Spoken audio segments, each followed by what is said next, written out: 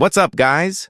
You're watching Zyber, and in this quick tutorial, I'm showing you how to download OBS Studio on your PC the easy way. Let's get into it.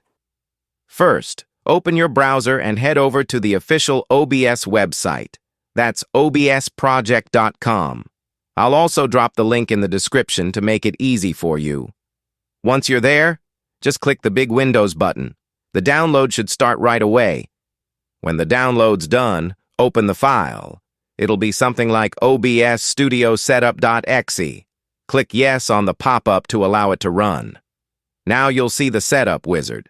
Click Next. Agree to the terms, choose your install location, or leave it as default, and hit Install. It'll only take a few seconds. And just like that, you've got OBS set up on your PC. If this helped you out, smash that like button. Hit subscribe to join the Zyber crew, and drop a comment if you've got questions. Thanks for watching.